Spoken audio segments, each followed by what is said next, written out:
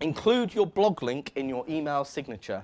I think it does the people who get my emails, I think it makes them go insane. But the bottom of every single one of my emails says, this is my business, this is who I am, da da da da. By the way, if you actually want to get to know me, click here, okay? And it will take them to my personal blog and talk about the things that they may or may not be interested in. And you'd be surprised how much that does for business, because people want to do business with other people, okay? So they want to know who you are, what you're about, etc., etc. Yeah? Use sites like bloggers.com and helpareporter.com. Okay? They will do the work for you. All you've got to do, certainly from an SEO point of view, is answer a few emails on stories. So if someone's looking for the rise and fall of AdWords campaigns, you are literally about to get yourself in the press. I could pull up an article right now that went live a couple of weeks ago, which I might do at the end for fun, which is The Guardian. I was in The Guardian a few weeks ago with a picture of my wife advertising one of the sites that we met on, because I met my wife on one of my sites. That's a case study, and it worked like that. It was brilliant. Power of comments.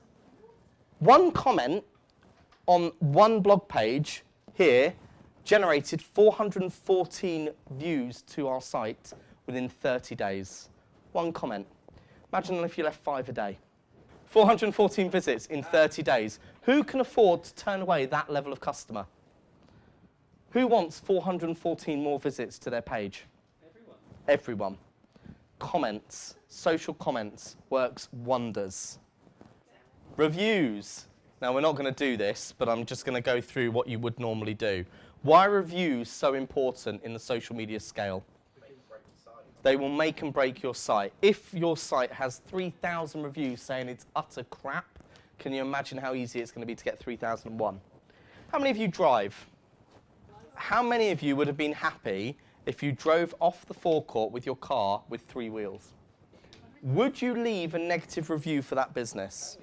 How long would it take you to leave that negative review? 2 minutes, 5 seconds, how long? Okay?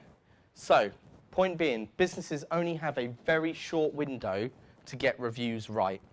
Okay? If the customer service element dips below a level unacceptable, you will get bad reviews. And what happens with that is Facebook, Google, etc., now have their own review areas on the pages.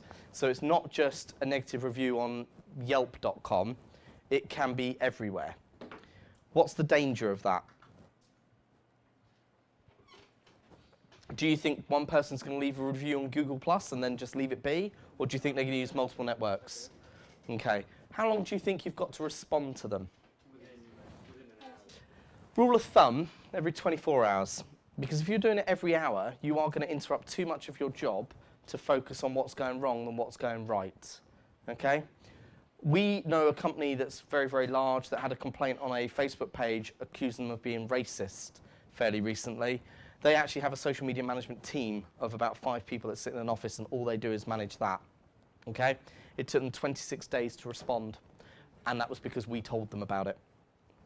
26 days that someone on a company page has been called racist. Okay? You wouldn't want that about your company, would you? Okay? When do you think it's acceptable to delete comments on social media? You want to get that online social comment on Facebook or wherever it is offline. So if you ever get those kind of comments or negative reviews, your response really is something so simple, and it is, thank you very much for bringing that to our attention. Please email me. My name is John at john.da-da-da-da-da-da-da-da.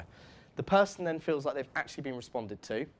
You're getting it out of the public domain, and anyone who visits that page will look at that comment then and say, okay, sure, the business might have had some tough times, but at least they dealt with it correctly.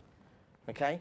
Now, on this particular comment in question, I would suggest it should be deleted, because there's no evidence to support that what happened in the story is true, and you can't just call someone a racist online. Okay? You can't just do that. Equally, you can't call them a liar without just cause. There is a time and a place to make those types of comments.